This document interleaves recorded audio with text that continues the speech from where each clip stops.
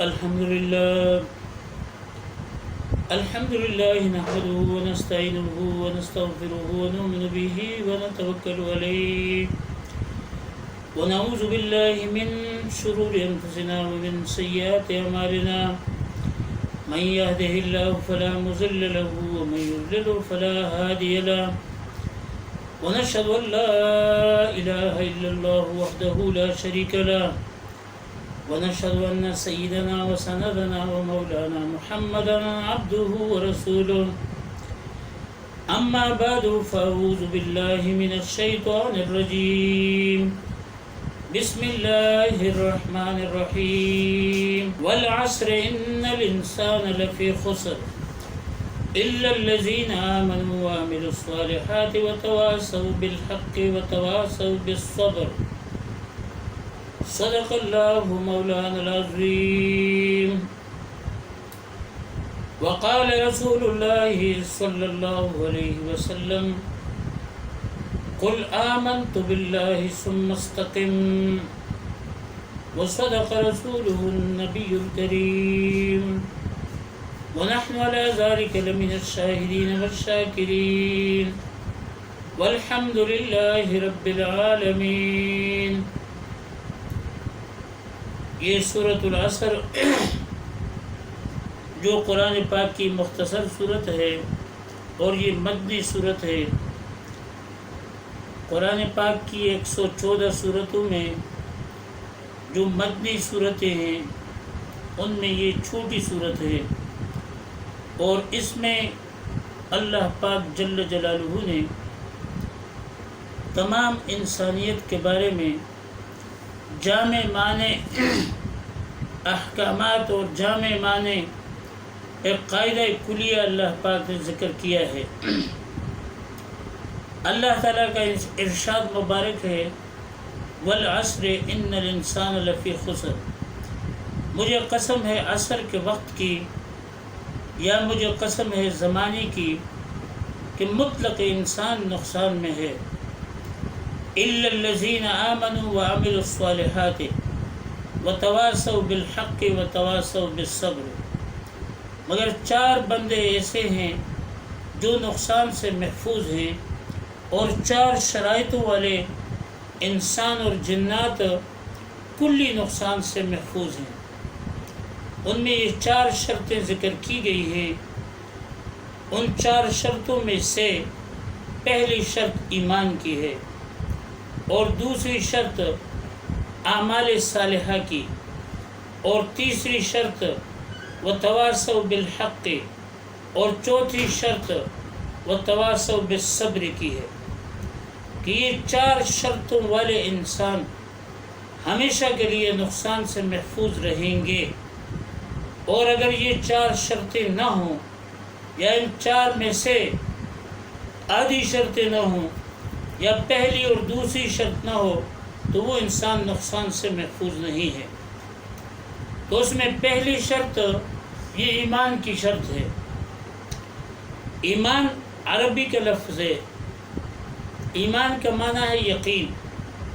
اور قرآن پاک میں اور رسول اللہ صلی اللہ علیہ وسلم کی احادیث میں ایمان اس عقیدے کا نام ہے جو پورے قرآن پاک نے اس عقیدے کو بیان کیا ہے کہ اللہ کی ذات عالی پر ایسا یقین کرنا کہ وہ ایک ہے، اپنی ذات میں بھی ایک ہے اور اپنی صفات میں بھی ایک ہے اور اپنی عبادت کی حقداری میں بھی ایک ہے اور اپنے افعال میں بھی ایک ہے اور وہ اللہ ازلی اور ابدی ہے. ازلی کا معنی یہ ہے کہ اس کی کوئی ابتدا نہیں ہے اور ابدی کا معنی یہ ہے کہ اس کی کوئی انتہا نہیں ہے. ساری مخلوق نہ ازلی ہے نہ ابدی ہے، اس لیے کہ مخلوق جب موجود نہیں تھی تو شروع ہو گئی اور اس کی ابتدا آ گئی اور مخلوق جب ختم ہو جائے گی تو اس کی انتہا ہو جائے گی.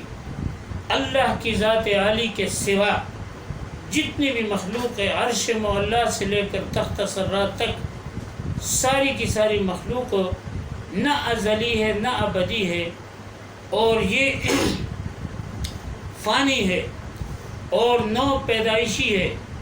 صرف اللہ کی ذات ازلی اور ابدی ہے۔ اللہ تعالیٰ کی ذات ایسی ہے کہ وہ زمانے سے پاک ہے، کیونکہ زمانہ اللہ تعالیٰ کی مخلوق ہے، اور اللہ تعالیٰ موجود تھا اور زمانہ نہیں تھا۔ مکان یہ اللہ کی مخلوق ہے، مکان نہیں تھا اور اللہ تعالیٰ موجود تھے۔ تو اللہ تعالیٰ جل جلالہ کی ذات عالی نہ زمانے میں ہے اور نہ وقت میں ہے۔ وقت اللہ کی ذات عالی پر نہیں گزرتا، اور نہ اللہ تعالیٰ رب العزت کی نسبت کسی مکان کی طرف کی جاتی ہے۔ اگر عرش کی طرف نسبت ہے تو وہ نسبت عزت کی نسبت ہے، اور تشریعی اور احکامات کی اور تدبیری نسبت ہے، جس کے لیے اللہ پاک جل جلالہ نے جگہ جگہ قرآن پاک میں اشارہ فرمایا ہے۔ تو اللہ تعالیٰ کی ذات عالی وہ زمانے سے بھی پاک ہے، اور وہ وقت سے بھی پاک ہے، مکان سے بھی پاک ہے۔ قرآن پاک میں اللہ پاک جل جلالہ نے دونوں طرف پہ آیات نازل فرمائی ہیں کہ اللہ تعالیٰ جل جلالہ عرش معلیٰ پر بھی ہیں اور انسان کی شہرک سے بھی زیادہ نزدیک کے ہیں۔ جیسے اللہ تعالیٰ فرماتے ہیں ان ربکم اللہ الذی خلق السماوات والارض فی ستۃ ایام، بے شک تیرا رب وہ ہے جس نے آسمانوں اور زمینوں کو 6 دن میں پیدا کیا، ثم استوى علی العرش، اور پھر قرار پکڑا عرش پر، یغشی اللیل النہار، وہ رات کو دن میں داخل کرتا ہے اور دن کو رات میں داخل کرتا ہے، یطلبہ حثیثا، جو دن اور رات ایک دوسرے کے پیچھے متواتر آتے ہیں، والشمس والقمر والنجوم، اور سورج اور چاند اور ستارے، سورج چاند اور ستارے، مسخرات بامری، اللہ پاک کے امر کے مسخر ہیں۔ یا جہاں سورج کو اللہ نے جو مدار دیا ہے اس مدار میں وہ مسخر ہے، اس سے نہ آگے جا سکتا ہے نہ پیچھے آ سکتا ہے، اور جس ابتدا اور انتہا تک اللہ نے اس کی ڈیوٹی لگائی ہے اسی تک وہ محدود ہے۔ اسی طرح ستارے، اور اسی طرح چاند، اور اسی طرح رات اور دن، سب کے سب مسخرات بامرہ، اللہ کے امر کے مسخر ہیں۔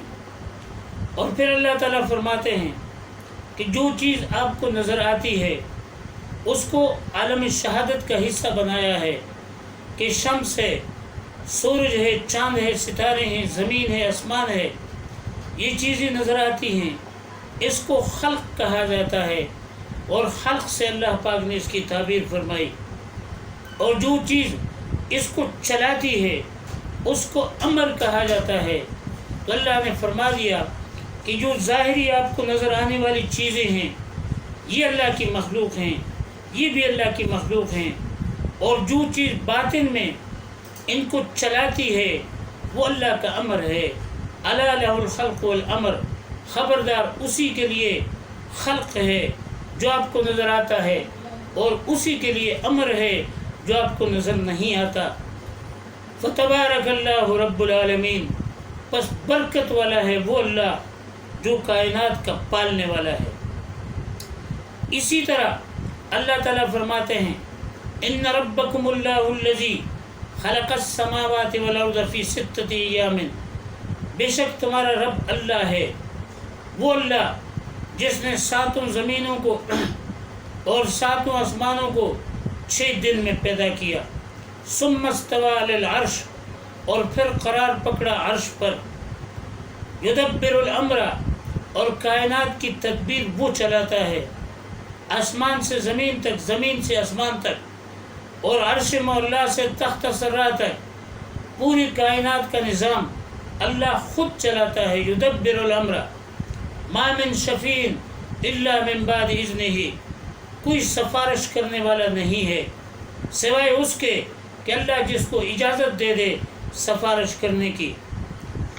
ذالکم اللہ ربکم، یہی اللہ تمہارا رب ہے، فاعبدوا، اسی کی بندگی کرو، اسی کی عبادت کرو، افلا تذکرون، کیا تم نصیحت قبول نہیں کرتے؟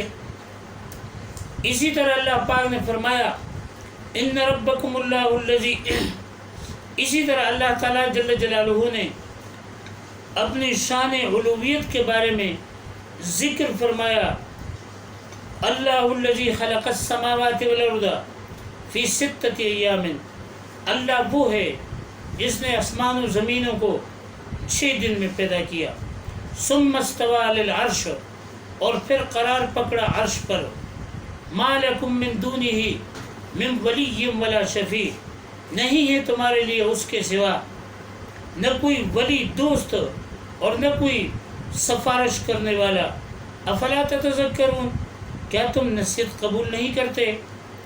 اسی طرح اللہ پاک فرماتے ہیں یدبر الامر من السماء الى الارض، تدبیر کرتا ہے وہ کام کا آسمان سے زمین تک، ثم یعرج الیہ فی یوم کان مقدارہ 1000 سنۃ مما تعدون، اور وہ احکامات کی تدبیر کرتا ہے زمین سے آسمان تک، آسمان سے زمین تک، اور زمین سے آسمان تک جو اللہ پاک کے فرشتے جاتے ہیں ان کی مختلف ترتیبیں ہیں، اور وہ ایک دن میں جو آپ کے دنوں کے اعتبار سے 1000 دن کے متعلق ایک دن ہے۔ ذالکم اللہ ربکم، یہی تمہارا رب ہے اور اسی کے لیے ملک ہے اور اسی کے لیے راج ہے۔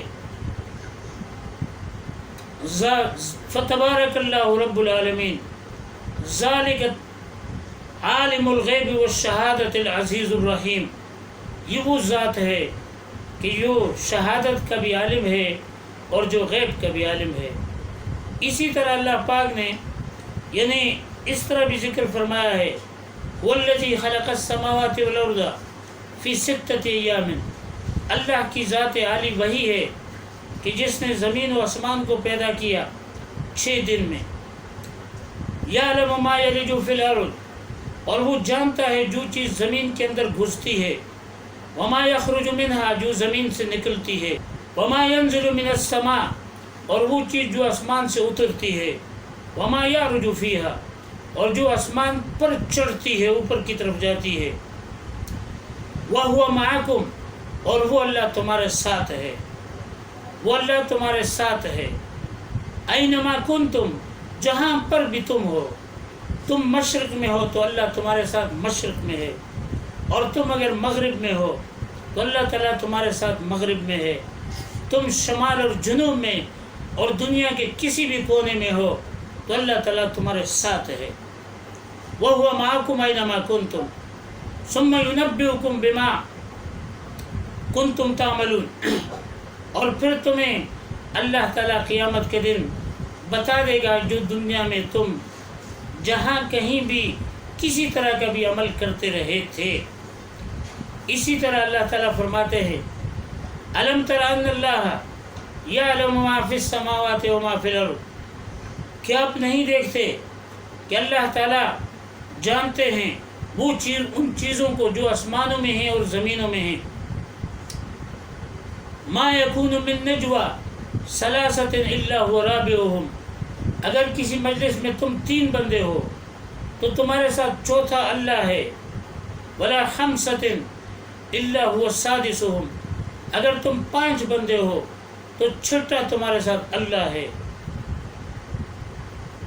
ولا خمسۃ الا هو سادسهم وهو معهم اينما كانوا، اور وہ انسانوں کے ساتھ ہے، ولا ادنى من ذلك ولا اکثر، اگر ایک ہے آدمی تو دوسرا ساتھ اللہ ہے، اگر 2 ہیں تو تیسرا ساتھ اللہ ہے، اگر 12 ہیں تو 13واں ساتھ اللہ ہے، وهو معهم اينما كانوا، اور وہ ان کے ساتھ ہے جہاں پر بھی یہ ہیں، ثم ينبئهم بما عملوا يوم القيامة، اور پھر قیامت کے دن اللہ پاک ان کو بتا دے گا ان اللہ بكل شيء علیم، اللہ تعالیٰ ہر چیز کو جانتے ہیں۔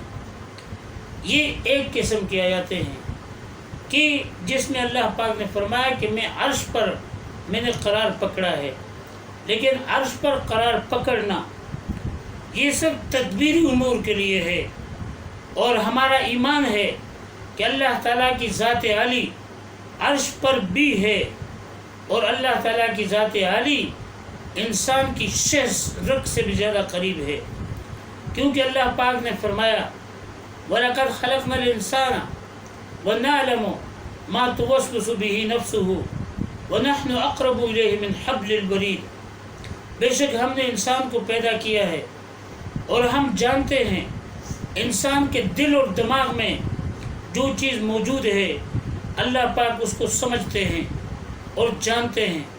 وَنَعْلَمُ مَا تُوَسْوِسُ بِهِ نَفْسُهُ وَنَحْنُ أَقْرَبُ إِلَيْهِ مِنْ حَبْلِ الْوَرِيدِ، اور ہم قریب ہیں اس سے، اس کی شہ رگ سے بھی زیادہ قریب ہے۔ تو ہمارا عقیدہ ہے کہ اللہ کی ذات عالی عرش معلیٰ پر بھی موجود ہے، کما یلیق بشانہ عز وجل، جیسے کہ اللہ کی ذات عالی کے ساتھ اور اس کی شان کے ساتھ مناسب ہے۔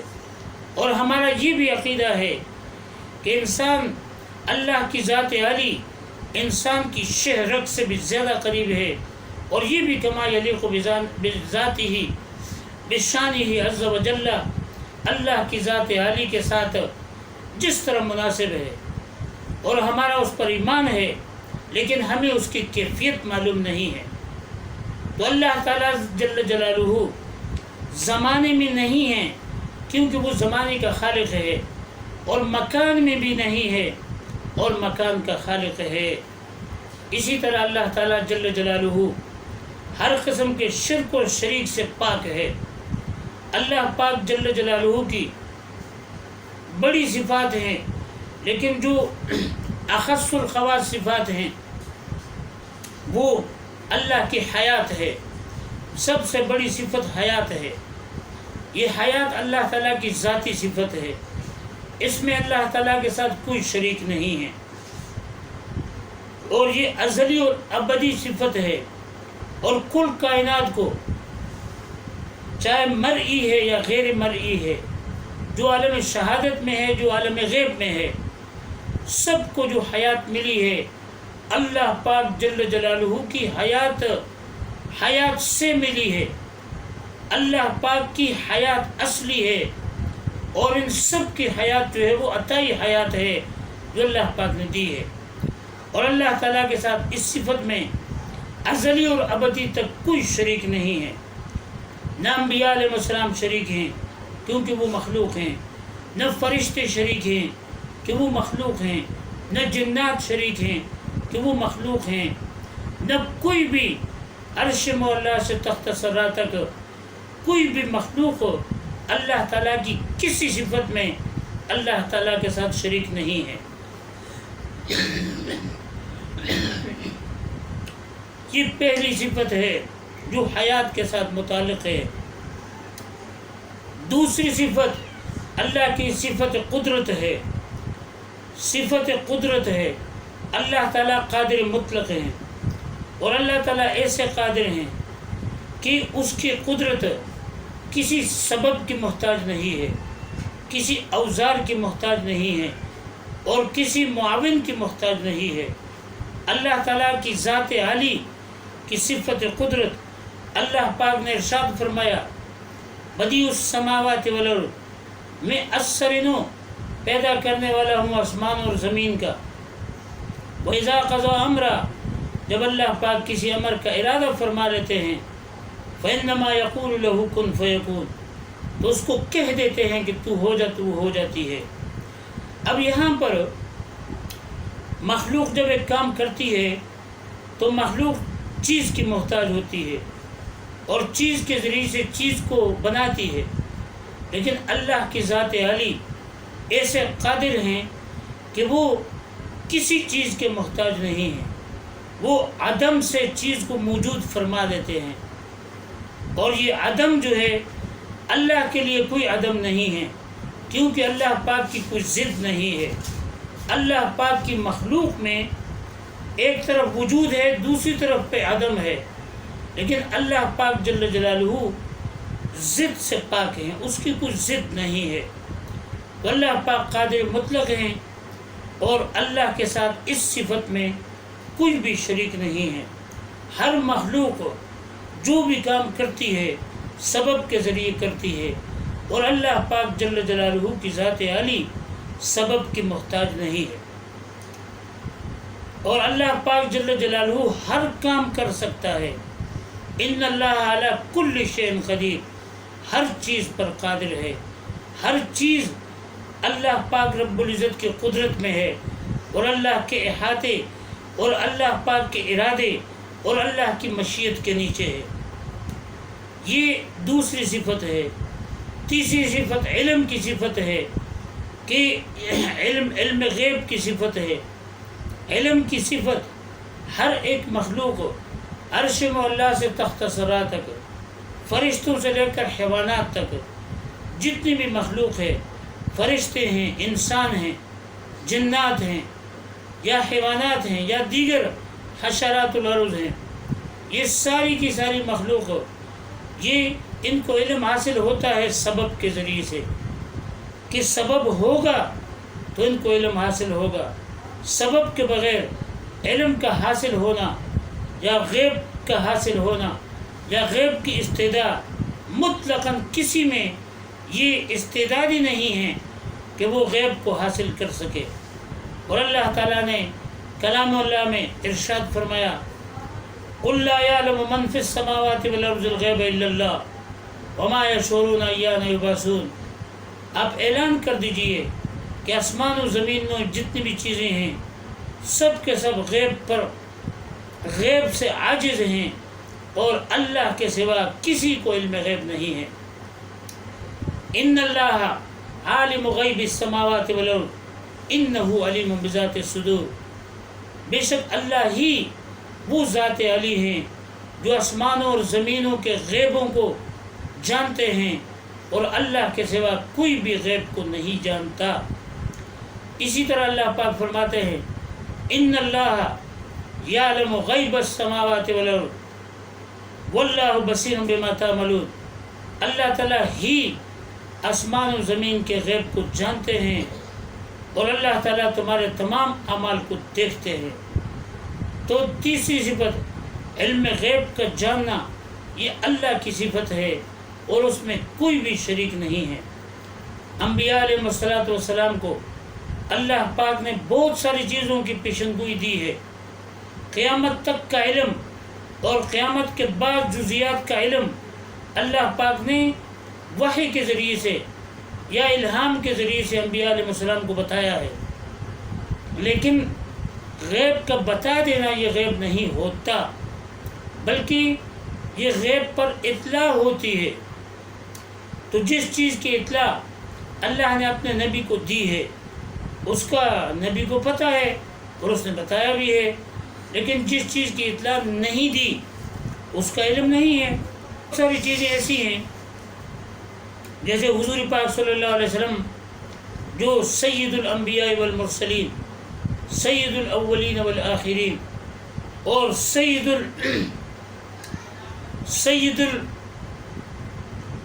الموحدین اور خاتم النبیین ہیں۔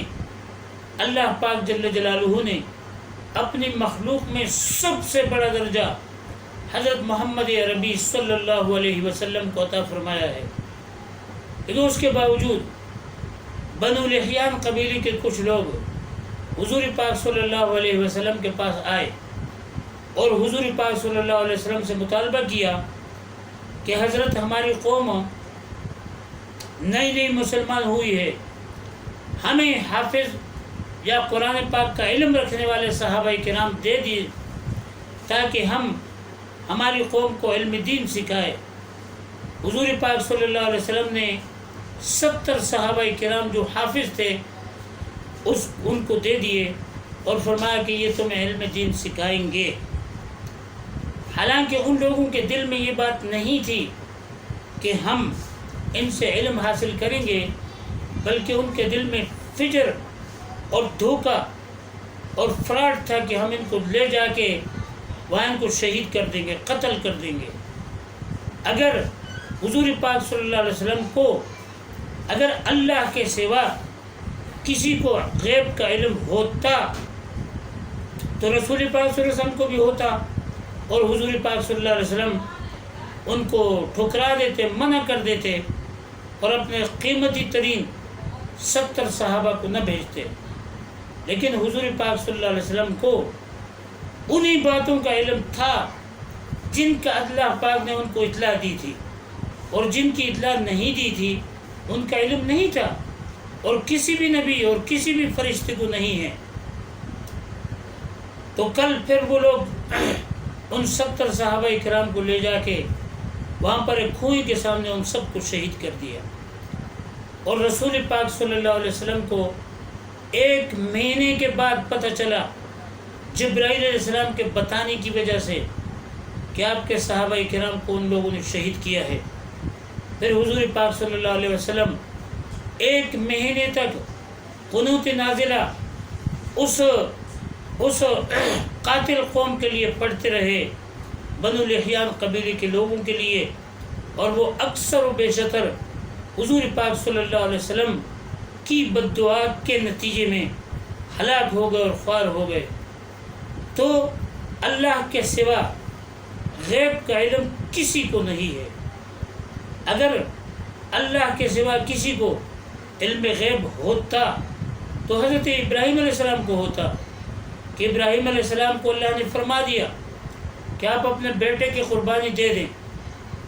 اگر وہ علم غیب رکھتے تو پھر تو ان کو پتہ ہوتا کہ یہ ویسے بھی ذبح نہیں ہونا، تو پھر قربانی کا کیا معنی تھا، لیکن ان کو علم نہیں تھا۔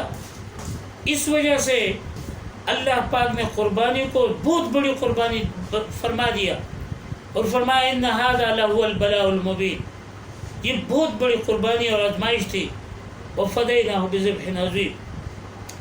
اسی طرح اگر اللہ کے سوا کسی کو بھی علم غیب ہوتا تو حضرت نوح علیہ السلام کو ہوتا، کہ حضرت نوح علیہ السلام کی بیوی ساری زندگی ان کے ساتھ تھی، اور ساری زندگی وہ کافرہ تھی۔ حضرت نوح علیہ السلام کو علم نہیں تھا کہ یہ کافر ہے۔ اگر ان کو علم غیب ہوتا تو پھر اپنے نکاح میں رکھتے اس کو، یا ان کا بیٹا کنعان ہلاکت کے وقت تک حضرت نوح علیہ السلام کو علم نہیں تھا کہ یہ کافر ہے۔ پہلے سے دعا فرمائی تھی کہ یا اللہ میرے اہل کو بچا دینا، اللہ پاک نے فرمایا ٹھیک ہے۔ تو جب وہ دعا کر رہے تھے تو حضرت نوح علیہ السلام کے علم میں یہ بات نہیں تھی کہ میرا بیٹا کافر ہے، لیکن جب وہ غرق ہو گیا اور اس کے بعد حضرت نوح علیہ السلام نے اللہ پاک سے دعا مانگی، یا اللہ آپ نے فرمایا تھا کہ میں تیرے اہل کو بچاؤں گا، وَإِنَّ ابْنِي مِنْ أَهْلِي وَإِنَّ وَعْدَكَ الْحَقُّ وَأَنْتَ أَحْكَمُ الْحَاكِمِينَ۔ اللہ پاک نے فرمایا یا نوح إِنَّهُ لَيْسَ مِنْ أَهْلِكَ إِنَّهُ عَمَلٌ غَيْرُ صَالِحٌ۔ اے میرے نبی حضرت نوح علیہ السلام، آپ کا یہ بیٹا تو تھا لیکن آپ کا اہل نہیں تھا، یہ مسلمان ہی نہیں تھا۔ آج تک حضرت نوح علیہ السلام کو یہ علم نہیں تھا کہ میرا بیٹا کافر ہے۔ اگر اللہ کے سوا کسی کو علم غیب ہوتا تو اتنے بزرگ پیغمبر 950 سال تو انہوں نے اللہ کا پیغام پہنچایا ہے، اتنے بڑے نبی کو بھی ہوتا، لیکن اگر ان کو نہیں تھا تو کسی کو اللہ کے سوا علم غیب نہیں ہے۔ حضرت لوط علیہ السلام کی بیوی وہ کافرہ تھی، لیکن حضرت نوح علیہ السلام کو، حضرت لوط علیہ السلام کو اپنی بیوی کے بارے میں یہ علم نہیں تھا کہ وہ کافرہ ہے۔ وہ آخری رات میں جس دن میں اللہ پاک نے حکم دیا کہ آپ اپنے گھر والوں کو نکال دو، فاسر بأہلک بقطع من اللیل ولا یلتفت احد، آپ اپنے گھر والوں کو رات کے ایک حصے میں یہاں سے نکال دے۔ اور اللہ فرماتے ہیں فما وجدنا فیہا غیر بیت من المسلمین، پورے شہر میں صرف ایک گھر مسلمانوں کا تھا، اور اس ایک گھر میں بھی 3 بندے تھے، ایک حضرت لوط علیہ السلام اور 2 اس کی بیٹیاں۔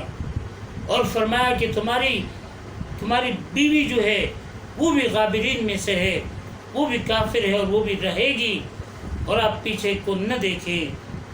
تو اس سے معلوم ہوا کہ اللہ کے سوا کسی کے پاس علم غیب نہیں ہے، اور کسی نبی کے بارے میں، کسی ولی کے بارے میں، کسی رسول کے بارے میں، کسی فقیر کے بارے میں، کسی پیر کے بارے میں علم یہ بات سمجھنا، یہ عقیدہ رکھنا کہ یہ غیب کی بات کو جانتا ہے، یہ شرک ہے اللہ کی ذات عالی کے ساتھ۔ اور اسی عقیدے کے ساتھ اگر وہ 100 حج بھی کرتا ہے، 100 عمرے بھی کرتا ہے، کوئی عمل اس کا قابل قبول نہیں ہے۔ چوتھی قدرت، اللہ پاک کی صفت جو ہے وہ سمع ہے، سمع، سننا۔ اللہ پاک کی ذات علی ایسی ہے کہ وہ بغیر سبب کے سنتا ہے، بغیر سبب کے دور اس کے لیے قریب ہے، قریب اس کے لیے قریب ہے۔ اللہ پاک کی ذات علی کے لیے دور اور قریب ہونا یہ کوئی معنی نہیں رکھتا، بلکہ قریب بھی قریب ہے، دور بھی قریب ہے، کیونکہ اللہ پاک جل جلالہ بغیر سبب کے سنتا ہے۔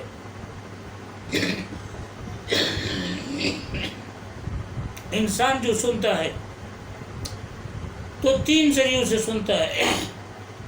چیز اگر قریب ہوتی ہے تو قریب سے آدمی دوسرے کی آواز کو سنتا ہے، یا کسی سبب سے ٹیلی فون کے ذریعے سے سنتا ہے، یا کسی تار کے ذریعے سے سنتا ہے، یا کسی موصلاتی نظام کے ذریعے سے سنتا ہے، یا پھر اسپیکر کے ذریعے سے سنتا ہے، یا کسی بھی ذریعے سے سنتا ہے، سبب سے سنتا ہے۔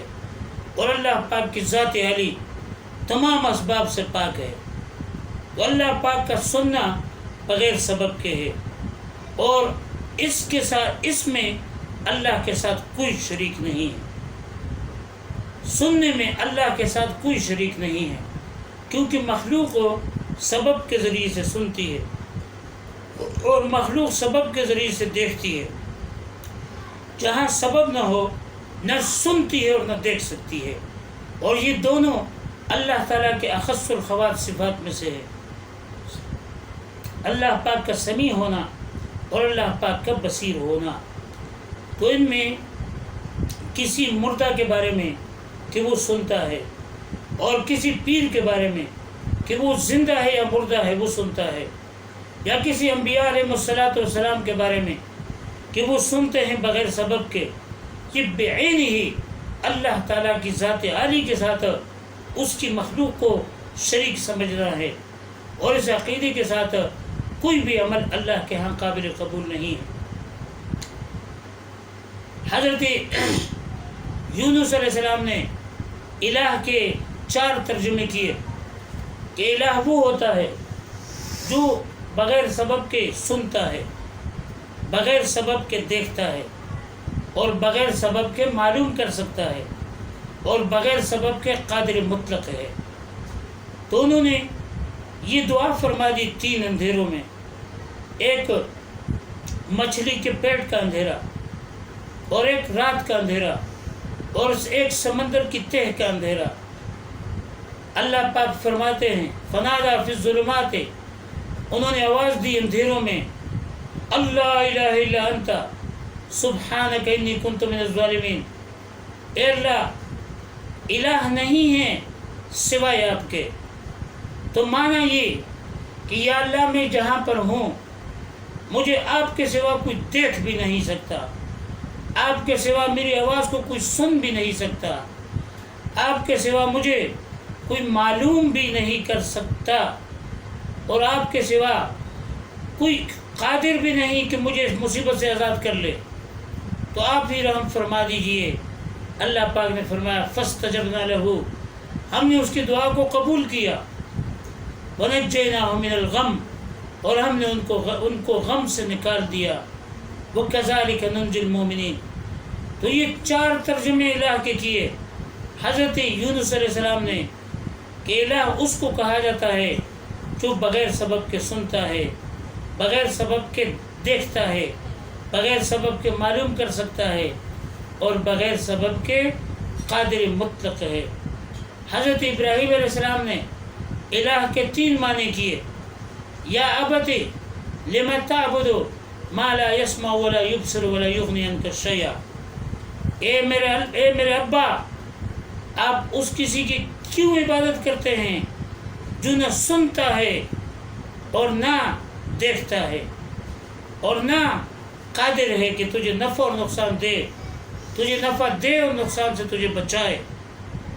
یہ ترجمے حضرت ابراہیم علیہ السلام نے الہ کے کیے، اور یہ کلمہ ہمیں حضرت آدم علیہ السلام سے لے کر حضرت محمد عربی صلی اللہ علیہ وسلم تک یہی کلمہ ملا، لا الہ الا اللہ، الہ اللہ کے سوا کوئی نہیں ہے۔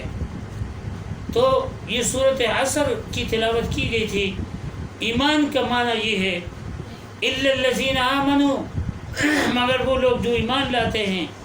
ایمان یہ ہے کہ انسان کا عقیدہ لا الہ الا اللہ پر ہو، اور لا الہ الا اللہ کا تقاضا یہ ہے کہ ہر قسم کے شرک اور شریک سے انسان اپنے آپ کو پاک کرے، نہ کسی جانور کے بارے میں عقیدہ رکھے کہ یہ کوا جو کوں کوں کرتا ہے اور شاید اس کو علم ہے کہ کوئی گھر میں مہمان آئے گا، یا کوئی کالی بلی وہ چوں چوں کرتی ہے یا میاؤں میاؤں کرتی ہے، اور آپ اور میں یہ عقیدہ رکھیں کہ اس بلی کو کسی بلا کے بارے میں علم ہے کہ کوئی مصیبت آنے والی ہے، یا الو اگر کوئی آواز نکالتا ہے تو الو بیچارے کو غیب کا کیا پتہ ہے۔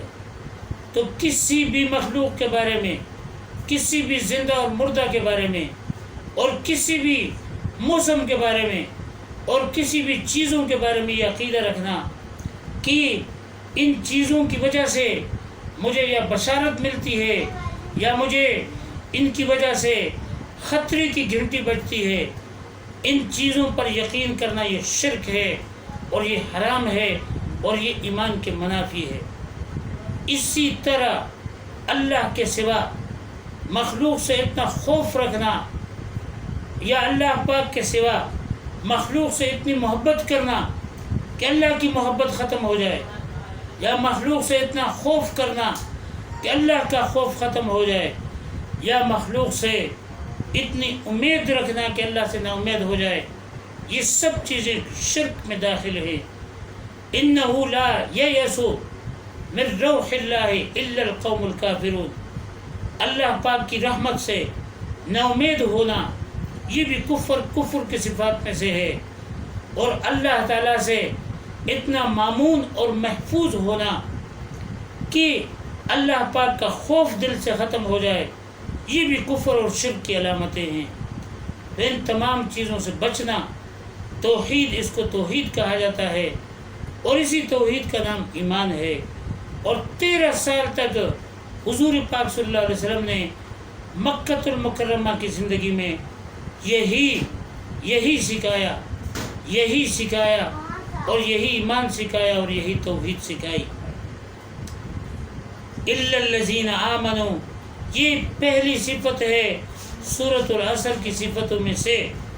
دوسری صفت، پہلی صفت ایمان، ایسا ایمان کہ شرک سے پاک ہو، اور دوسری صفت عمل صالح کی ہے۔ عمل صالح جو ہے یہ اسلام کی 5 بنیادیں ہیں۔ اسلام کی 5 بنیادیں یہ عمل صالح میں ہیں، جیسے اللہ کے نبی صلی اللہ علیہ وسلم فرماتے ہیں بنی الاسلام علی 5 شہادت لا الہ الا اللہ، اسلام کی بنیاد پڑی ہے 5 چیزوں پر۔ سب سے پہلے شہادت اس بات کی کہ اللہ کے سوا کوئی الہ نہیں، وإقام الصلاۃ، نماز کا ادا کرنا، وإیتاء الزکاۃ، زکوٰۃ کا ادا کرنا، وصوم رمضان المبارک کا روزہ رکھنا، واداء الحج من استطاع الیہ سبیلا، اور حج کا ادا کرنا جو صاحب نصاب ہو۔ تو یہ بڑے بڑے بنیادی احکامات اللہ پاک نے ذکر کیے۔ سب سے پہلے کلمہ توحید کا اقرار کرنا، کلمہ توحید کا اقرار کرنا سب سے پہلے، اور وہ ہے کلمہ توحید، کلمہ طیبہ، کلمہ شہادت کا پڑھنا، اور دل میں اس کا یقین رکھنا کہ اللہ کے سوا عبادت کا حقدار نہیں ہے، اللہ کے سوا کوئی غیب کا جاننے والا نہیں ہے، اللہ کے سوا کوئی کسی کو نفع اور نقصان دینے والا نہیں ہے، اللہ کے سوا کوئی کسی کو کامیاب اور ناکام بنانے والا نہیں ہے، اللہ کے سوا کوئی کسی کو مریض اور صحیح کرنے والا نہیں ہے، اللہ کے سوا کوئی کسی کو ترقی اور ذلیل کرنے والا نہیں ہے، اللہ کے سوا کوئی کسی کو ہنسانے اور رلانے والا نہیں ہے۔ اس بات کا اقرار کرنا زبان سے بھی اور دل سے بھی، کیونکہ اللہ پاک نے فرمایا فَعْلَمْ أَنَّهُ لَا إِلَهَ إِلَّا اللَّهُ، آپ کو جاننا چاہیے کہ اب اللہ کے سوا کوئی الہ نہیں ہے۔ اب جو عربی آدمی ہے تو وہ تو اس کو جان لے گا، کیونکہ وہ تو الہ کو سمجھتا ہے کہ الہ کا معنی یہ ہے، لیکن عجمی آدمی کو الہ کا معنی سیکھنا پڑے گا کہ الہ کا معنی کیا ہے، الہ کا مطلب کیا ہے، اور الہ کا خلاصہ کیا ہے۔ اس کا اقرار کرنا زبان سے بھی اور اس کی تصدیق کرنا دل سے، یہ سب سے پہلا عمل ہے۔ دوسرا عمل نماز ہے۔ نماز جو 5 نمازیں اللہ پاک جل جلالہ نے ہر مسلمان عاقل بالغ مرد عورت پر فرض کی ہیں، ان نمازوں کا اہتمام کرنا اور ان نمازوں کو شرائط کے ساتھ ادا کرنا، شرائط کے ساتھ پڑھنا کہ اس کی قرأت اور اس کے نماز کے جو باہر کے فرائض ہیں، جیسے اس کی پاکی ہے، جسم کا پاک ہونا، کپڑے کا پاک ہونا، جائے نماز کا پاک ہونا، اور قرأت کا سیکھنا، اور قبلے کا معلوم کرنا، اور تکبیر تحریمہ، اور اسی طرح اس کا قیام، اور نماز کی قرأت، اور نماز کی رکوع، اور نماز کا سجدہ، اور نماز کا جلسہ، اور نماز کا قومہ، اور نماز کا قاعدہ، اور نماز کا سلام، یہ جتنے بھی فرائض ہیں، ان فرائض کو معلوم کر کے اس ترتیب سے نماز پڑھنا، اس ترتیب سے نماز پڑھنا یہ عبادت ہے۔ یعنی جس ترتیب سے آپ نے نماز پڑھی اور اس ترتیب سے نماز اللہ کے ہاں قبول ہوئی تو یہی آپ کی نماز ہے۔ اب ہر ایک عمل کے لیے 3 شرطیں ضروری ہیں، ہر ایک عمل کے لیے، چاہے وہ عمل نماز کا ہے، یا وہ عمل زکوٰۃ کا ہے، یا وہ عمل روزے کا ہے، یا ذکر کا ہے، تلاوت کا ہے، درود شریف کا ہے، صدقے کا ہے، خیرات کا ہے۔ ان تمام اعمال کے لیے 3 شرطیں ضروری ہیں۔ پہلی شرط یہ ہے کہ آپ کا عقیدہ توحید کا ہو، آپ کے دل میں اور آپ کی دماغ میں اللہ کے برابر کوئی نہ ہو، اللہ کی صفت کسی غیر میں نہ ہو، اور آپ کے دل میں اور آپ کی دماغ میں اللہ تعالیٰ کی ذات عالی وحدہ لا شریک کا عقیدہ ہو، کہ اللہ تعالیٰ اپنی ذات میں، اپنی صفات میں، اپنے افعال میں، اور اپنے کاموں میں، اور اپنی عبادت کی حقداری میں ایک ہے اور اس کے ساتھ کوئی شریک نہیں ہے۔ یہ پہلی شرط ہے۔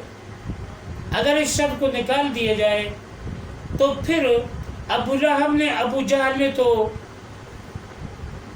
کئی حج کیے تھے، اس نے یہاں تک کہ 50-51 حج تک جو ہے اس کے بارے میں ذکر کیا گیا ہے کہ اس نے 51 حج کیے تھے ابو جہل نے،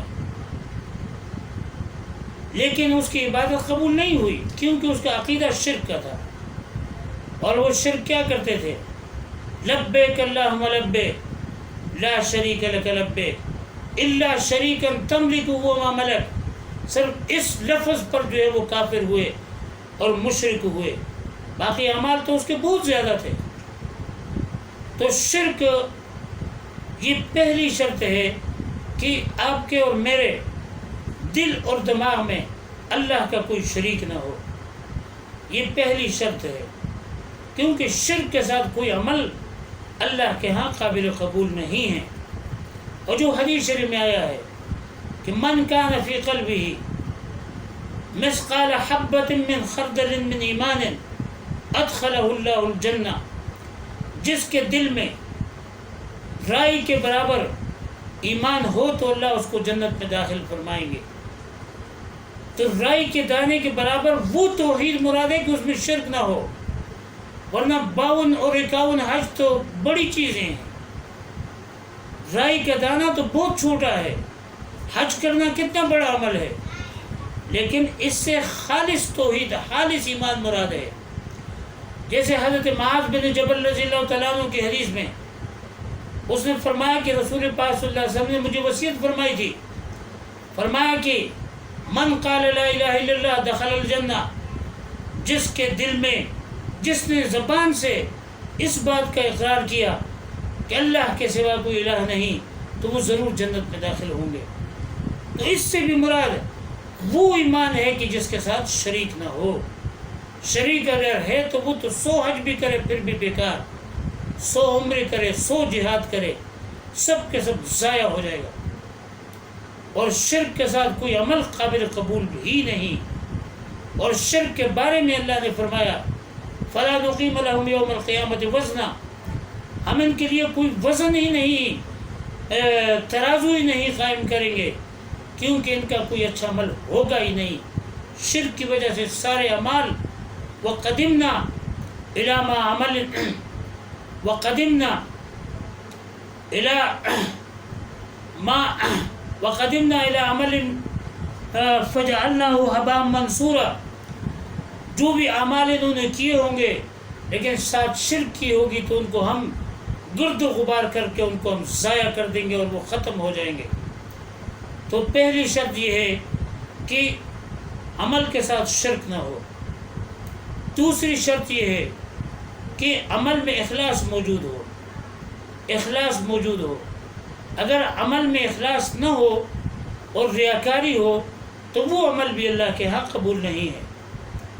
رسول پاک صلی اللہ علیہ وسلم کی حدیث مبارک ہے کہ قیامت کے دن اللہ پاک 3 بندوں کو لائیں گے اور 3 بندوں پر اللہ پاک اپنے انعامات کے بارے میں ان سے اقرار کروائیں گے کہ آپ کو میں نے دنیا میں فلاں اور فلاں اور فلاں نعمتیں کی تھی، آپ نے اس کے بارے میں کیا کیا۔ ایک عالم دین ہوں گے اور ایک سخی ہوں گے اور ایک غازی ہوں گے، اور تینوں کہیں گے، ایک کہے گا، عالم دین کہے گا اے اللہ میں نے علم دین حاصل کیا، آپ کی رضا میں اس کو پہلایا۔ غازی کہے گا آپ نے جان دی، میں نے آپ کے راستے میں لگا دی۔ سخی کہے گا یا اللہ میں نے آپ نے مجھے مال دیا تھا اور میں نے مال کو آپ کی رضا کے لیے خرچ کیا۔ اللہ تعالیٰ فرمائیں گے ظاہراً ایسا ہی ہے، لیکن تمہارے دل میں اخلاص نہیں تھا، ریا تھی، دکھاوا تھا، لہذا جو کچھ تم چاہ رہے تھے وہ تمہیں حاصل ہو چکا ہے، لہذا آپ تینوں جھوٹے ہیں اور آپ کا عمل اللہ کے ہاں کوئی قابل قبول نہیں ہے۔ تو دوسری شرط یہ ہے کہ اخلاص موجود ہو، اور تیسری شرط یہ ہے کہ وہ عمل سنت کے مطابق ہو۔ روزہ بھی ہے، زکوٰۃ بھی ہے، حج بھی ہے، صدقہ ہے، جو بھی عمل ہے، یہ 3 شرائط اس میں ضروری ہیں۔ عقیدہ توحید کا ہو، عمل میں اخلاص موجود ہو، اور وہ عمل سنت کے مطابق ہو۔ اگر عقیدہ بھی ٹھیک ہے اور عمل میں بھی اخلاص ہے لیکن وہ سنت کے مطابق نہیں ہے تو بھی یہاں اللہ کے ہاں قابل قبول نہیں ہے۔ کیوں؟ اگر میرا اور آپ کا عقیدہ بھی ٹھیک ہے، توحید کا ہے، اور میرا اور آپ کا دل اور دماغ بھی مخلص ہے، لیکن ہم سنت کے مطابق عمل نہیں کر رہے ہیں، نماز پڑھتے ہیں تو بغیر وضو کے، تو مطلقاً نہیں ہوگی. یا نماز پڑھتے ہیں تو قبلے کی طرف منہ کر کے نہیں، کسی اور طرف پہ منہ کر کے پڑھتے ہیں، پھر بھی نماز نہیں ہوتی. وضو کیا ہے، قبلے کی طرف منہ کیا ہے، لیکن وقت نماز کا نہیں ہے، پھر بھی وقتی نماز نہیں ہوگی. تو جو عمل ہے اس میں یہ 3 شرطیں ہیں کہ عمل جو ہے وہ توحید کے مطابق ہو، اور وہ عمل اخلاص کے ساتھ ہو، اور وہ عمل سنت کے مطابق ہو. تو یہ تینوں شرطیں اگر ہوں گی تو پھر آپ کی نماز ہے وہ بھی اللہ پاک اس کو قبول فرمائیں گے. اور آپ اپنی نماز پر یہ آپ قسم بھی کر سکتے ہیں کہ اللہ پاک اس کو اس کو قبول فرمائیں گے.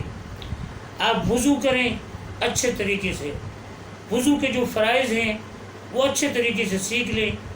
خواتین ہیں، مرد ہیں، وہ صحیح طریقے سے کہ وضو کیا. آپ غسل کے فرائض سیکھ لیں کہ غسل کے فرائض کیا ہیں. بہت سارے لوگوں کا غسل ہوتا ہی نہیں ہے سرے سے، کیونکہ وہ نہ منہ میں پانی صحیح ڈالتے ہیں، نہ ناک میں صحیح ڈالتے ہیں، نہ کانوں میں صحیح ڈالتے ہیں. تو عمومی طور پر ان کا غسل نہیں ہوتا. تو غسل نہیں ہوتا تو پھر وضو بھی نہیں ہوتا، اور وضو نہیں ہوا تو نماز بھی نہیں ہوئی. تو اس کو سیکھنا چاہیے. پھر ساتھ ساتھ کپڑے کا پاک ہونا بھی ضروری ہے. جائے نماز کا پاک ہونا بھی ضروری ہے، اور ساتھ ساتھ پھر سکون کے ساتھ نماز پڑھنی ضروری ہے. جیسے آدمی نیت کرے اور قبلے کی طرف منہ کر کے اور نیت کرے کہ یا اللہ یہ 2 رکعت فجر کی نماز ادا کر رہا ہوں خاص اللہ کے لیے، منہ میرا خانہ کعبہ کی طرف، اور پھر اللہ اکبر کہہ کے پھر ہاتھ باندھے اور پھر اللہ کی توحید کا اقرار کرے، سبحانک اللہم وبحمدک وتبارک اسمک وتعالی جدک ولا الہ غیرک. اور پھر اس کے بعد اعوذ باللہ بسم اللہ پڑھ کے، پھر الحمد شریف پڑھ کے، پھر اس کے بعد آمین کہہ کے، اور پھر اس کے بعد قرأت کر کے، اور پھر اس کے بعد سکون کے ساتھ رکوع میں چلا جائے. اور رکوع میں ایسا کھڑا ہو کہ اس کا سر اور دھڑ دونوں برابر ہوں، کہ اگر کوئی کٹورا، کوئی گلاس بھرا ہوا پانی کے اس کی کمر پہ رکھ دیا جائے تو اسے پانی نہ گرے. اس سے برابر طریقے سے رکوع کرے. اسی طرح رکوع کے بعد جب قومے میں جاتا ہے تو یہ قومہ جو ہے یہ ایک رکن ہے نماز کا. بہت سارے لوگ جو ہے وہ ان کی نماز نہیں ہوتی اس وجہ سے کہ قومہ نہیں ہوتا، کیونکہ قومہ ایک جز ہے نماز کا. اور آدمی جب رکوع سے اوپر جائے نہیں، ادھر سے نیچے چلا جائے، یا جیسے اشارتاً تھوڑا سا اوپر ہو کے پھر چلا جائے، تو اس کا سرے سے قومہ ہوا نہیں. اور قومہ جب نہیں ہوا تو اس پر سیدھا سوا آ گیا، کیونکہ قومہ واجب ہے، اور واجب کے ترک پر سیدھا سوا آتا ہے. اور سیدھا سوا نہیں ہوا تو آپ کی نماز بھی نہیں ہوئی. پھر سجدے میں چلا جائے تو قومے میں جا کے ربنا لک الحمد یہ کھڑے ہوئے پڑھے، اور پھر آہستہ جا کے سجدے میں، اور سجدے میں دونوں ہاتھوں کو کانوں کے نیچے رکھے، اور پھر سبحان ربی الاعلیٰ یہ کئی مرتبہ پڑھے. یہ 3 مرتبہ تو بہت ادنا درجہ ہے، زیادہ پڑھے. ہاں جو امام ہے نماز میں تو اس کو کم از کم 5 مرتبہ پڑھنا چاہیے، یا آہستہ آہستہ وہ جیسے 3 بھی پڑھے آہستہ آہستہ کہ اس کے مقتدی پورے کر سکیں تو ٹھیک ہے. لیکن انفرادی نماز پڑھنے والا وہ جو ہے نا زیادہ پڑھے، کئی مرتبہ پڑھے، 7 مرتبہ پڑھ سکے، 9 مرتبہ 11 مرتبہ پڑھ لے، اور پھر وہ قومے میں چلا جائے، یعنی جلسے میں چلا جائے.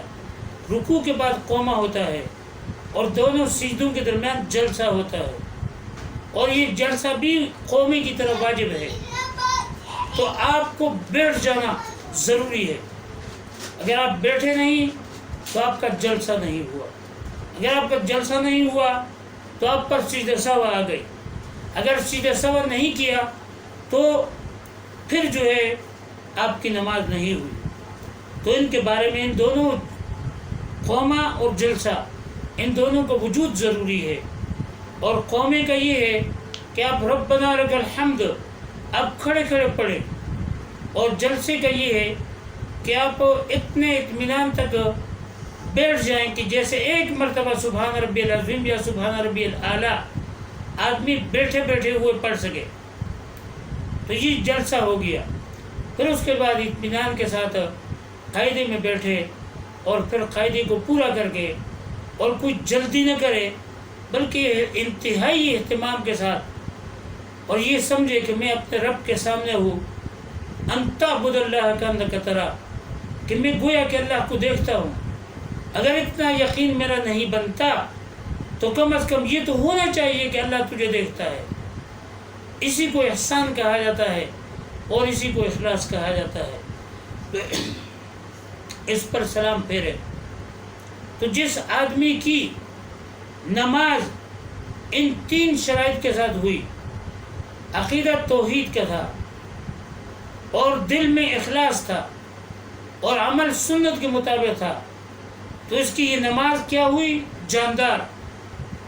جب اس کی نماز جاندار ہو گئی تو اس کی زندگی بھی شاندار ہو جائے گی۔ تو اللہ پاک فرماتے ہیں کہ جس آدمی نے نماز پڑھی خشوع اور خضوع کے ساتھ، نماز میں تین چیزیں ضروری ہیں: اللہ کا خوف ہو جس کو خشوع کہا جاتا ہے، اور حضور قلبی کہ آدمی یہ سمجھے کہ میں اللہ کے سامنے اللہ ہی کو سجدہ کر رہا ہوں، اور خضوع عاجزی اپنے آپ کو ساری مخلوق سے زیادہ عاجز سمجھے۔ یہ تین چیزیں نماز کی لب لباب ہے۔ تو یہ تین چیزیں ہوں گی، اور قومہ ہوگا، اور جلسہ ہوگا، اور کمر جو ہے وہ رکوع میں سیدھا ہوگی، اور کمر سجدے میں بھی سیدھا ہوگی، اور اہتمام کے ساتھ نماز ہوگی۔ تو اس نماز پر اللہ کے نبی صلی اللہ علیہ وسلم فرماتے ہیں کہ جس نے نماز پڑھی خشوع خضوع حضور قلبی کے ساتھ، فاتم رکوعہن و سجودہن، سجدہ کو مکمل کیا اور اس کے خشوع اور اس کے رکوع اور سجدے کو مکمل کیا، تو اللہ پاک جل جلالہ اس بات کا ذمہ لیتے ہیں کہ اس آدمی کو اللہ پاک بغیر حساب کتاب کے جنت میں داخل فرمائیں گے۔ اور جس آدمی نے ایسی نماز نہ پڑھی، اللہ پاک کے ذمے اللہ کا کوئی ذمہ نہیں ہے، چاہیں گے تو قبول کر دیں گے، چاہیں گے تو رد فرما دیں گے۔ اور یہی نماز قرآن پاک اور احادیث رسول اللہ صلی اللہ علیہ وسلم کے لب لباب اور خلاصے کے مطابق اسی نماز پر اللہ پاک کے 10 انعامات کا وعدہ ہے۔ جس آدمی نے نماز کو، مرد ہے یا عورت ہے، اور اس نے نماز کو اس ترتیب سے پڑھا، اللہ پاک اس کو 10 انعامات دے دیں گے۔ پہلا انعام یہ کہ اللہ پاک اس کی دعا کو قبول فرمائیں گے۔ اللہ تعالیٰ فرماتے ہیں وَاسْتَعِینُوا بِالصَّبْرِ وَالصَّلَاةِ، مجھ سے جو کچھ لینا ہے تو وہ صبر کے ذریعے سے اور نماز کے ذریعے سے لو۔ نماز درخواست ہے میرے سامنے، اور میرے سامنے درخواست پیش کر کے مجھ سے منظوری لے کے آپ مجھ سے چیز حاصل کرو، اور پھر صبر بھی تھوڑا کرو۔ جیسے آپ زمین کو تیار کر کے اس میں سیرا اور پانی ڈال کے پھر اس میں کھرا بیج ڈال کے، اب اسی وقت تو وہ تو زمین سے تو گندم نہیں نکلتی، 2-4 دن آپ کو انتظار بھی کرنا پڑے گا۔ یہ اللہ پاک نے سمجھایا ہے کہ آپ اللہ پاک سے منظوری لے لو، اور پھر آپ اس کا صبر بھی کرو۔ تو پہلا انعام۔ دوسرا انعام، اللہ پاک آپ کو سکون قلب بھی نصیب فرما دیں گے، کیونکہ نماز اللہ کا ذکر ہے۔ اقم الصلاۃ لذکری الا بذکر اللہ تطمئن القلوب۔ اللہ تعالیٰ فرماتے ہیں کہ اللہ کے ذکر سے لوگوں کو سکون ملتا ہے، تو آپ کی نماز اللہ کی دربار عالی میں اگر قبول ہو گئی تو اللہ پاک آپ کو سکون قلب بھی دے دیں گے۔ تیسرا انعام، اللہ تعالیٰ جل جلالہ آپ کے رزق میں برکت فرمائیں گے، آپ کے وسائل میں برکت ہوگی، آپ کے مسائل کم ہو جائیں گے۔ اللہ تعالیٰ فرماتے ہیں وَأْمُرْ أَهْلَكَ بِالصَّلَاةِ وَاصْطَبِرْ عَلَيْهَا، آپ اپنے گھر والوں کو نماز کا حکم دیں اور خود اس کا اہتمام کریں۔ لَا نَسْأَلُكَ رِزْقًا نَحْنُ نَرْزُقُكَ وَالْعَاقِبَةُ لِلتَّقْوَىٰ، ہم آپ سے رزق کا مطالبہ نہیں کرتے بلکہ رزق دینا تمہیں ہمارا کام ہے، اور آخری انجام تو اور ہی آپ کے لیے بھلائی ہے، وہ تو تقوی پر ہے آخری انجام، تو آپ کے رزق میں برکت ہو جائے گی۔ یہ تیسرا بڑا انعام۔ نماز مقبول پر چوتھا بڑا انعام، آپ کو اللہ پاک نفاق سے بری فرما دیں گے۔ جو بات زبان پر ہے وہ دل میں ہوگی، اور جو بات دل میں ہے وہ زبان پر ہوگی۔ جھوٹ سے، فریب سے، نفاق سے، چغلخوری سے، ان تمام چیزوں سے اللہ تعالیٰ آپ کی حفاظت فرمائیں گے۔ پانچواں انعام نماز پر، اللہ پاک آپ کو عذاب برزخ سے اور عذاب قبر سے محفوظ فرمائیں گے۔ عذاب جہنم سے اللہ تعالیٰ آپ کو محفوظ فرمائیں گے۔ اللہ کے نبی صلی اللہ علیہ وسلم فرماتے ہیں جس آدمی نے 40 دن تکبیر اولیٰ سے نماز پڑھی، اللہ پاک اس کو 2 انعامات عطا فرما دیں گے۔ پہلا انعام یہ کہ نفاق سے بری کر دیں گے، اور دوسرا انعام یہ کہ جہنم سے اللہ تعالیٰ اس کو بری فرما دیں گے۔ 6 انعام۔ 7واں انعام، اللہ پاک جل جلالہ اس کو ہر برائی سے اور فحاشی سے روک دیں گے۔ اللہ کا انعام، اللہ کا وعدہ ہے ان الصلاۃ تنہی عن الفحشاء والمنکر، بے شک نماز آپ کو روکتی ہے برائی سے اور بے حیائی سے۔ وَلَذِكْرُ اللَّهِ اکبر، اور اللہ کے ذکر کا اگر آپ اہتمام کریں گے تو یہ کام یعنی ہر برائی اور ہر فحاشی سے اور بھی اچھے طریقے سے آپ محفوظ رہیں گے۔ یہ 7واں انعام۔ نماز کا 8واں انعام، آپ کو اللہ پاک نامہ اعمال سیدھے ہاتھ پر نصیب فرمائیں گے، جس کو جنت کا ویزا کہا جاتا ہے۔ وَأَمَّا مَنْ أُوتِيَ كِتَابَهُ بِيَمِينِهِ فَيَقُولُ هَاؤُمُ اقْرَءُوا كِتَابِيَهْ إِنِّي ظَنَنْتُ أَنِّي مُلَاقٍ حِسَابِيَهْ فَهُوَ فِي عِيشَةٍ رَاضِيَةٍ۔ یہ نماز کا 8واں انعام۔ نماز کا 9واں انعام، اللہ پاک آپ کو پوری سرعت سے برقی رفتار سے گزار دیں گے۔ آپ کو علم بھی نہیں ہوگا کہ پوری سرعت کہاں تھی اور کہاں سے میں گزر گیا۔ اور نماز پر 10واں انعام، اللہ پاک جل جلالہ آپ کو جنت میں داخل فرما دیں گے اور آپ سے کوئی حساب کتاب نہیں ہوگا۔ تو یہ مقبول نماز پر اللہ پاک کے یہ 10 انعامات ہیں، اور یہ عبادت میں پہلا نمبر ہے۔ شہادت کلمہ توحید اعمال میں پہلا نمبر، اور دوسرا نمبر نماز کا۔ اسی طرح اعمال صالحہ میں تیسرا نمبر زکوٰۃ کا ہے۔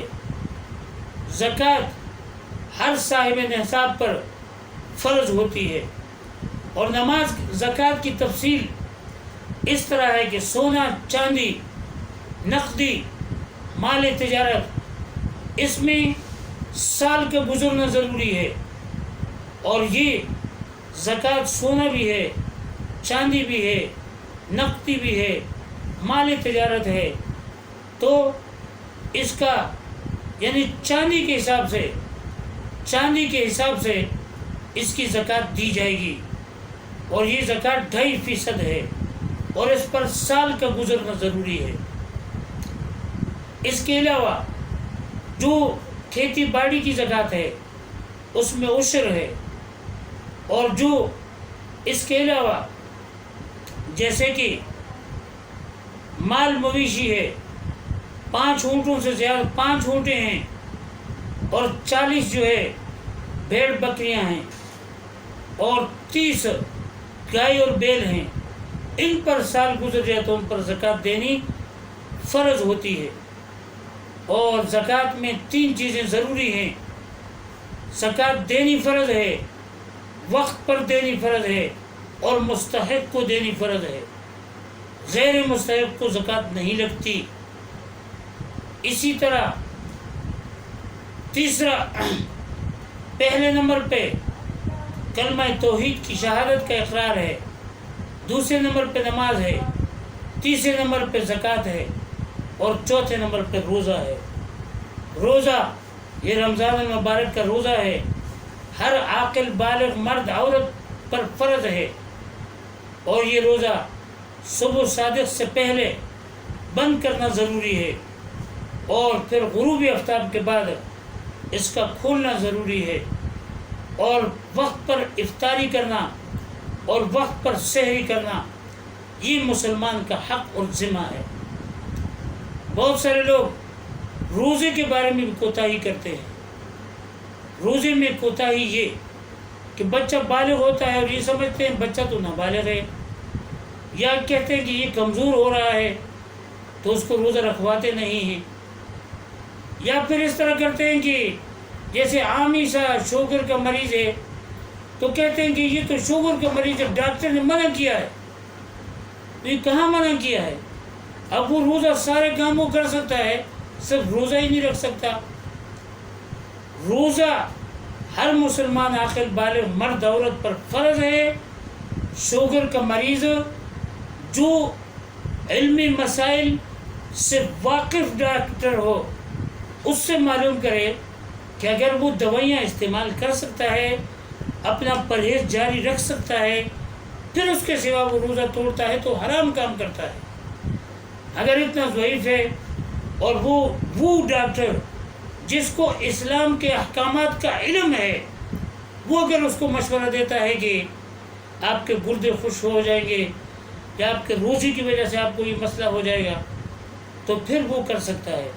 لیکن جو ڈاکٹر علم دین کے مسائل سے واقف نہیں ہے، اس کو کوئی حق نہیں ہے کہ وہ ہر مریض کو کہے کہ تیرا شوگر ہے اور تو روزہ نہ رکھ۔ تو اس سلسلے میں بہت ہی احتیاط کرنا چاہیے، اور ہمیں اللہ پاک کے پاس جانا ہے، اور یہ بھی پتہ نہیں ہے کہ کل جانا ہے یا 100 سال کے بعد جانا ہے، بلکہ کسی کو 1 منٹ کی زندگی کا علم نہیں ہے۔ تو اللہ تعالیٰ کے حضور کے لیے ہر مسلمان کو ہر وقت تیار رہنا چاہیے، تو روزی کا اہتمام کرنا چاہیے۔ اور پھر بہت سارے لوگ کہتے ہیں کہ یار سحری میں اٹھے نہیں تو روزہ نہیں رکھا، یہ حرام ہے۔ رسول پاک صلی اللہ علیہ وسلم فرماتے ہیں جس نے 1 روزہ قصداً چھوڑا، اگر وہ ساری زندگی روزے رکھے گا پھر بھی اس کا وہ روزہ پورا نہیں ہوگا، اتنا ثواب اس کو نہیں مل سکے گا۔ اور اگر کسی نے قصداً روزہ توڑا تو اس کے لیے شرط یہ ہے کہ وہ اپنے گناہ معاف کرائے تو 2 مہینے لگاتار روزے رکھے گا، پھر اس کا وہ روزہ معاف ہوگا اور وہ روزہ بھی رکھے گا۔ اسی طرح روزہ، جس طرح کھانے پینے سے روزہ ہوتا ہے، اسی طرح جسم کے تمام اعضاء کا بھی روزہ ہے۔ اب آنکھیں حرام دیکھتی ہیں اور زبان سے جھوٹ بولتا ہے، کان سے موسیقی سنتا ہے اور پیٹ میں حرام ڈالتا ہے، تو یہ کیسا روزہ ہے؟ ان تمام چیزوں سے محفوظ ہونا یہ روزے کا نام ہے۔ رسول پاک صلی اللہ علیہ وسلم فرماتے ہیں کہ جس آدمی نے رمضان المبارک کا روزہ رکھا اور پورے روزے رکھے، یعنی پورا مہینہ رکھا، اللہ پاک جل جلالہ اس کے گناہ معاف فرما دیں گے اور اس کے درجات بلند فرما دیں گے۔ اور پہلا ہے عشرہ رحمت کا ہے، اور دوسرا عشرہ مغفرت کا ہے، اور تیسرا عشرہ نجات من النار کا ہے۔ تو ان تینوں عشروں کو اسی ترتیب سے پورا کرنا، اس کا اہتمام کرنا، تب جو ہے، اور ساتھ ساتھ اللہ تعالیٰ سے ڈرنا بھی ہے۔ صحابہ کرام عمل پورا کرتے تھے اور پھر روتے تھے کہ یا اللہ یہ عمل ہوگا یا نہیں، اور ہم عمل کرتے نہیں ہیں، اور معمولی جزئی فضیلت پر ہم اپنے آپ کو آسمان تک پہنچا دیتے ہیں۔ اتنا بڑا عمل کیا ہم نے اور اتنی بڑی فضیلت ہم نے حاصل کی۔ اس طرح نہیں کرنا چاہیے، اللہ پاک سے خوف بھی کرنا چاہیے اور اللہ پاک سے امید بھی رکھنی چاہیے۔ اور اسی طرح قرآن پاک کی تلاوت کرنی ہے۔ رمضان اور قرآن ان کا ایک دوسرے کے ساتھ بالکل مضبوط تعلق ہے کہ اللہ پاک جل جلالہ نے قرآن کو رمضان کے مہینے میں نازل فرمایا، اور قرآن پاک کو لوح محفوظ تک، لوح محفوظ سے آسمان دنیا تک لیلۃ القدر کی رات میں نازل فرمایا، اور پھر ہر رمضان میں جبرائیل علیہ السلام رسول پاک صلی اللہ علیہ وسلم کے ساتھ قرآن پاک کا اہتمام فرماتے تھے، اور حضور پاک صلی اللہ علیہ وسلم اعتکاف بھی تلاوت قرآن پاک کے لیے فرمایا کرتے تھے۔ تو کثرت سے قرآن پاک کی تلاوت کرنی ہے، لیکن تلاوت سے بھی زیادہ ضروری چیز قرآن پاک کو سمجھنا ہے۔ آپ مستند، جو مستند تفسیر ہو، جو مستند تفسیر ہو، جو اہل شرک اور اہل بدعت کی نہ ہو، مستند تفسیر ہو، اس تفسیر کو آپ جو ہے رکھیں، اور اس کو جو ہے دن میں 4 آیاتیں ہوں، 5 آیاتیں ہوں، اس کا معنی اور ترجمہ سیکھیں، اور باقی تلاوت جتنی بھی آپ کی مرضی ہو وہ آپ اس کو کر سکتے ہیں، تو یہ آپ کے ثواب میں ہوگا۔ تیسرا، رمضان کی یہ خصوصیت ہے کہ آپ کے ہاتھ سے اور آپ کی زبان سے جو کچھ ہو سکتا ہے دوسرے کی بھلائی کرو، دوسرے کی بھلائی کرو۔ رسول پاک صلی اللہ علیہ وسلم سے ایک صحابی نے پوچھا کہ اللہ کے نبی صلی اللہ علیہ وسلم سب سے بہترین آدمی کون ہے؟ فرمایا من سلم المسلمون من لسانی و یدہ، جس سے دوسرے مسلمان اس کی زبان اور ہاتھ سے محفوظ رہیں، کسی کو دل آزاری نہ ہو آپ کی زبان سے اور آپ کے ہاتھ سے، اور اسی طرح آپ کی زبان سے اور آپ کے ہاتھ سے دوسرے کو فائدہ ملے۔ یہ سب سے بڑی صفت ہے انسان کی۔ اللہ پاک رب العزت ہم سب کو قرآن پاک کے تمام احکامات پر، رسول پاک صلی اللہ علیہ وسلم کے تمام ارشادات پر، اور رمضان المبارک کی تمام صفات اور تمام خصوصیات اور تمام فضیلتوں کو ہم سب مسلمانوں کو نصیب فرمائے۔ وآخر دعوانا الحمدللہ رب العالمین۔